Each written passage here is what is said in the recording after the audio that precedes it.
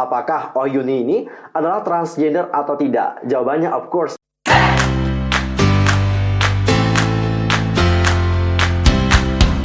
Annyeonghaseyo Chungudul, user Kim Imnida, welcome back to my channel. Gimana kabar kalian hari ini? So fine, so good, nothing problem, no kan? Dan buat kalian semua yang punya problem, keep fighting, don't give up. Nah, for this time, seperti biasa, aku akan mengabarkan update terbaru dari dunia per-K-popan yang sangat sayang banget untuk kalian lewatkan. Nah, supaya kalian nggak ketinggalan tentang update terbarunya, langsung aja subscribe, bunyi loncengnya, seperti juga buat like and comment, serta share juga kepada teman-teman K-popers yang lain. Perlu juga sosial media aku, di Instagram itu ada @userkim, di Facebook itu ada Detektif Teori, di Twitter itu ada @userkim2. Gamsahamnida Cingudul. Tanpa basa-basi lagi, langsung aja kita bahas beritanya bersama-sama. Oke Cingudul, untuk berita pertama kita mulai dulu membahas tentang berita yang membahagiakan. Datangnya dari member Attention yang sebelumnya dinyatakan positif COVID-19. Dan baru-baru ini mereka telah dinyatakan sembuh dari COVID-19. Pada tanggal 30 Desember, agensi TOP Media mengumumkan bahwa Xiao dan juga Kogyeol Attention yang sebelumnya dinyatakan positif COVID-19 pada tanggal 15 Desember yang lalu telah menyelesaikan masa karantinanya sehingga bisa kembali beraktivitas seperti biasa dan tetap akan menjalani protokol kesehatan seperti yang dianjurkan oleh pemerintah. Wah, congratulations sekali lagi buat Xiao dan juga Kogyeol yang telah sembuh dari COVID-19 dan kita harapkan semoga mereka dapat comeback lagi beraktivitas seperti biasanya di industri musik K-pop. Pokoknya keep fighting ya for Attention dan juga para penggemarnya. Dan sekarang kita akan masuk ke berita yang kedua. Ini beritanya agak kurang mengenakan. Datanya dari Gugudan, yang mana Gugudan ini dikabarkan telah bubar. Jellyfish Entertainment mengumumkan bahwa Gugudan akan bubar dan mengakhiri aktivitas grup pada tanggal 31 Desember. Mereka akan terus mendukung aktivitas individu para anggota seperti dalam dunia permusikan dan juga dunia akting. Pemberitahuan lengkap dari Jellyfish Entertainment membagikan pembubaran Gugudan yang datang setelah diskusi panjang dan mereka meminta maaf atas kabar mendadak tersebut.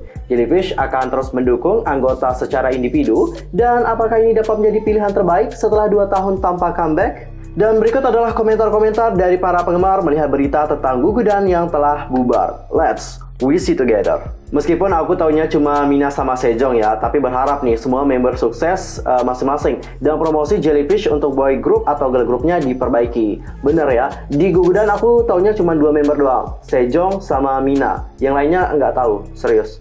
Dan aku juga berharap sih sama kayak dia, berharap banget supaya Jellyfish ini dapat mempromosikan girl group atau boy groupnya dengan baik. Karena kalau aku lihat promosi dari Jellyfish itu maaf banget ya agak kurang, terutama dalam mempromosikan Gugudan gitu. Yang aku lihat cuman ada beberapa member yang di-push, sedangkan member yang lain kayak you know lah ya, kayak misalnya sendiri bagaimana member-member yang lainnya itu kayak kurang mendapatkan promosi dari pihak Jellyfish. Dan kita akan lanjut ke komentar yang berikutnya. Alhamdulillah ya bubar. Ini yang dinanti daripada nggak pernah dikasih comeback. Lebih baik mah bubar biar anggotanya out dari itu agensi, terus cari agensi baru yang mumpuni dan para member bisa berkarir kembali. Oke, ada yang senang juga ya. Next. Entahlah, kalau dengar grup bubar rasanya nyesek sih, walaupun bukan idol kesayanganku. Ya, terakhir comeback tahun 2018. Udah ketebak sih bakalan bubar. Oke, apapun itu, meskipun kabar ini agak kurang mengenakan gitu ya, karena mereka telah bubar, tapi aku rasa ini adalah pilihan terbaik gitu. Karena seperti yang kalian tahu bahwa Gugudan itu telah lama nggak comeback gitu ya. Mereka terakhir comeback katanya tahun 2018, dan sampai tahun 2020 belum comeback juga. Dan seandainya kalau mereka bubar, I think itu memang benar-benar pilihan yang terbaik sih. Semoga setelah bubar ini para membernya dapat berkarir kembali dan mereka lebih sukses dari sebelumnya. Keep fighting pokoknya for you guys. Dan sekarang kita akan masuk ke berita yang berikutnya. Kali ini ada berita yang sangat membanggakan banget. Datangnya dari leader Treasure yaitu Choi Hyun-suk yang kembali berpartisipasi dalam pembuatan BGM yang dipakai untuk Treasure Concept first album Treasure. Video yang berdurasi 1,32 detik itu diisi dengan BGM yang dibawa sendiri oleh Choi Hyun-suk, leader dari Treasure. Ia mengungkapkan hal ini lewat postingan Twitter resmi Treasure. Treasure Maker, sudahkah kalian menonton teaser konsep? Teaser ini juga kesempatan yang sangat bagus. Aku membuatnya ketukan yang mengekspresikan cinta yang menggebu-gebu untuk Treasure Maker, seperti I love you. Silakan tonton banyak teaser kami dan nantikan album lengkap kami. Selamat malam. Sebelumnya, Choi Hyun-suk juga berpartisipasi dalam pembuatan BGM untuk video konsep debut Treasure. Sementara itu, Treasure juga akan comeback dengan full album pertamanya pada tanggal 11 Januari 2021. Wah gila ya, mantap banget nih si Choi Hyun Suk. Dia itu multi talent banget ya, gak cuma bisa ngerem, tapi bisa juga buat BGM yang sangat-sangat apik banget. Dan kita juga menantikannya bagaimana full album dari Treasure. Gila sih ya, Treasure ini menurut aku adalah grup dari YG Entertainment yang paling cepat banget untuk ngerilis full album. Belum 1 tahun loh mereka debut, tapi udah ngerilis full album. Gila deh bang, mantap banget. Good luck deh buat Treasure ya, semoga makin sukses di tahun depan. Dan sekarang kita akan masuk ke berita yang berikutnya. Ini juga berita yang sangat menyenangkan banget. Datangnya dari Rose yang akhirnya tercium juga bau-bau bahwa dia ini akan segera melakukan debut sebagai seorang solois. Jadi guys, pada tanggal 30 Desember yang lalu, outlet media Osen memberikan kabar eksklusif bahwa Rose Blackpink akan mulai mempersiapkan album debut solonya. Ia diketahui akan memulai syuting musik video debut solonya pada pertengahan Januari yang mendatang. Sementara itu, Rose kini tengah mempersiapkan konser solo Blackpink di waktu yang bersamaan dengan perilisan albumnya. Sementara itu, YG Entertainment sendiri belum memberikan konfirmasi saat ditanya oleh media Osen. Yes, akhirnya ya finally terjawab juga pertanyaan dari para bling yang mempertanyakan tentang debut solo dari Rose. Rose ini kapan sih debut solo? Apakah dia emang bener-bener akan debut solo atau kita cuma dibadutin sama YG? Sudah dijawab ya guys bahwa dia itu akan debut solo dan sekarang lagi persiapan untuk syuting musik videonya. Dan dengar-dengar kabar juga nggak hanya Rose yang akan debut solo, tapi Lisa dan Jisoo juga akan debut sebagai seorang soloist. Dan sekarang kita akan masuk ke topik yang berikutnya. Kali ini datangnya dari para penonton dari drama Penthouse yang geger usai DNA Eugene dinyatakan cowok. Dan berikut adalah penjelasan atau klarifikasi dari tim produksi drama Penthouse. Penthouse baru-baru ini menayangkan episode terbarunya pada hari Selasa 29 Desember yang lalu. Dalam episode terbaru drama SBS itu, Sim Suryon yang diperankan oleh Lee Ji Ah mengonfrontasi Oh Yoon Hee yang diperankan oleh Eugene dengan menyatakan wanita itu sebagai pembunuh dari Min Soo Ah atau Ju So Min. Sim Suryon menunjukkan bukti DNA milik Oh Yoon Hee yang berada di tubuh Min Soo Ah ketika melakukan perlawanan sebelum dijatuhkan. Begitu episode terbaru Penthouse ini tayang, penonton langsung geger. Pasalnya hasil tes DNA Oh Yoon Hee menunjukkan kromosom XY milik seorang pria. Banyak penonton yang bermata tajam kemudian mulai mengajukan pertanyaan tentang apakah karakter Oh Yoon Hee benar-benar transgender atau tidak. Penonton bertanya-tanya apakah ini adalah perkembangan mengejutkan dari misteri dramatis di balik Penthouse. Beberapa penonton juga menunjukkan bahwa dalam poster resmi untuk Penthouse, di mana Oh Yoon Hee adalah satu-satunya wanita yang berdiri bersama dengan karakter pria lainnya. Tak ingin rumor ini terus memanas, perwakilan dari SBS mengklarifikasi rumor dan kecurigaan seputar identitas Oh Yoon Hee. Tim produksi menjelaskan jika pihaknya melakukan kesalahan. SBS menyatakan bahwa itu adalah kesalahan prod yang jujur. Kami akan mengedit rekaman sesuai untuk layanan VOD di masa yang mendatang untuk memastikan bahwa kami tidak menyebabkan kesalahpahaman atau ketidaknyamanan lebih lanjut kepada para pemirsa. Penthouse juga kini tinggal menyisakan 2 episode pamungkas, mengingat ada 1 episode yang ditambahkan karena rating apik dari para penonton.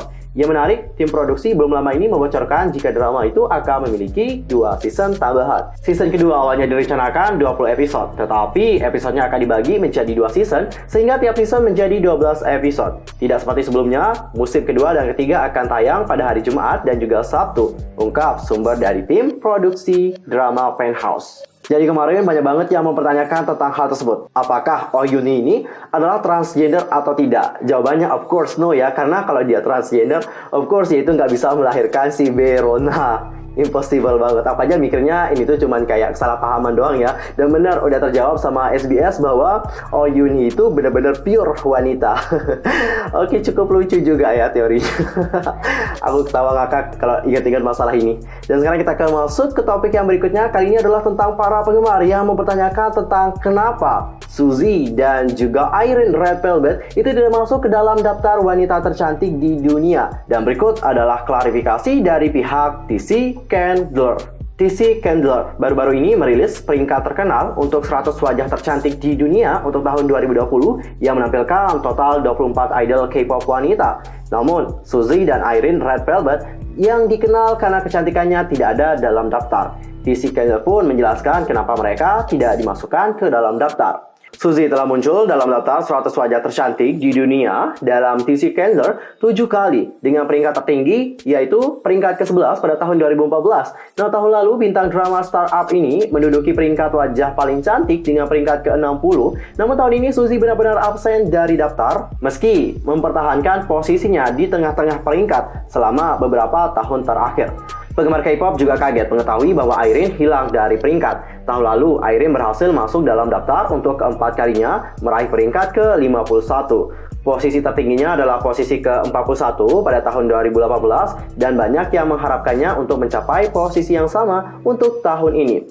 Seorang penggemar mengungkapkan betapa terkejutnya melihat Suzy dan Irene hilang dari peringkat. Akun YouTube resmi dari TC Cancer menjawab bahwa Suzy telah aktif selama bertahun-tahun, menyeratkan bahwa ia telah dihapus dari peringkat tahun ini dikarenakan kemunculannya yang sering. Namun beberapa selebriti di peringkat 2020 lebih sering muncul di daftar tersebut daripada Suzy. Taeyeon Girls' Generation misalnya dianggap bagian dari TC Cancer Hall of Fame setelah muncul di peringkat untuk ke-9 kalinya untuk tahun ini. Aktris dan model Inggris Kate Beckinsale sementara itu telah tampil dalam daftar sebanyak 22 kali. Mengenai Irene, TC Cancer menyatakan bahwa idol SM Entertainment itu mungkin membutuhkan sedikit waktu untuk menjauh dari sorotan, mengacu pada kontroversi di mana seorang stylist menuduhnya melakukan penyalahgunaan kekuasaan. TC Cancer menjelaskan, "Kami pikir kami akan menghormati privasinya selama waktu untuk merefleksikan dirinya." Kontroversi Irene terjadi lebih dari 2 bulan lalu dan ia telah muncul di mata publik melalui pemotretan sejak kejadian tersebut. Irene juga dikonfirmasi untuk tampil di konser SM Town Live Culture Humanity bersama dengan member Red Velvet lainnya. Banyak penggemar juga menyatakan bahwa alasan TC Cancer untuk menghapus Suzy dan Irene dari peringkat akhir tahun itu tidak masuk akal dan tidak sopan. Seorang penggemar juga menuduh bahwa peringkat Irene dimanipulasi pada tahun 2017 ketika ia menerima suka dan suara terbanyak dalam survei TC Cancer, tetapi peringkatnya lebih rendah dari yang diharapkan dalam daftar. Nah guys, kalau kalian sendiri bagaimana melihat pernyataan dari pihak TC Cancer yang menyatakan kenapa Suzy dan Irene tidak dimasukkan ke dalam daftar 100 wanita tercantik di dunia? Silahkan sampaikan pendapat kalian di kolom komentar. Dan sekarang kita akan masuk ke berita yang terakhir. Kali ini datangnya dari Yuta NCT, yang mana Yuta baru-baru ini dikabarkan telah memberikan serangan balik kepada para sase. Dan melihat apa yang dilakukan oleh Yuta, banyak penggemar yang menyebutkan bahwa dia ini sangat-sangat keren. Baru-baru ini beredar sebuah postingan di sebuah forum online mengenai Yuta NCT yang memberikan serangan balik kepada sekelompok sase. Banyak yang berpendapat bahwa sekelompok sase penguntit itu berkeliaran di luar asrama NCT pada saat musim panas. Hal itu terlihat dari gaya rambut dan juga pakaiannya. Dapat disimpulkan bahwa foto tersebut diambil beberapa saat di musim panas. Seperti yang diketahui, Saseng fans adalah penggemar yang melewati batas dan melakukan penguntitan. Mereka bahkan sering menunggu di luar asrama untuk melihat sekilas bintang mereka. Khususnya NCT, mereka telah lama bergumul dengan Saseng dan bahkan pernah memanggil mereka sebelumnya. Dalam sebuah video yang diupload di komunitas online, terdengar Yuta mengatakan kepada para sase, "Get lost." Nah, melihat apa yang dikatakan oleh Yuta, banyak dari netizen yang memanggilnya fucking cool. Sebenarnya, Yuta ini dikenal sebagai orang yang sangat manis kepada para penggemar sejati. Suatu ketika saat fans sign online, seorang fans bertanya apakah Yuta ingin mengetahui sesuatu dari fans. Dia ingin tahu mengapa para fans sangat mencintainya, dan ketika fans itu menjawab bahwa fans sangat menyukai segala sesuatu tentang dirinya, Yuta berterima kasih kepadanya dan juga tersenyum manis. Sampai saat ini belum ada pernyataan resmi dari Yuta mengenai video tersebut. Yang jelas, penggemar yakin jangan main-main dengan Yuta karena dia adalah seorang yang sangat-sangat savage. Nah guys, kalau kalian sendiri sebagai NCTzen melihat apa yang dikatakan oleh Yuta kepada Saseng, "Get lost," itu gimana nih? Apakah kalian juga menganggap bahwa dia adalah seorang yang sangat-sangat keren dan juga sangat savage? Silahkan sampaikan pendapat kalian di kolom komentar. Nah, informasi tentang Yuta tadi menutup perjumpaan kita untuk hari ini. Aku mohon maaf kalau ada kesalahan baik dalam ucapan, sikap, tindakan, dan sebagainya. I'm so sorry banget. Yang mungkin ada kesalahan informasi, silahkan koreksi aku dengan cara komen di bawah. See you next time di video berikutnya. Thanks for watching. Annyeong. 감사합니다, 친구들.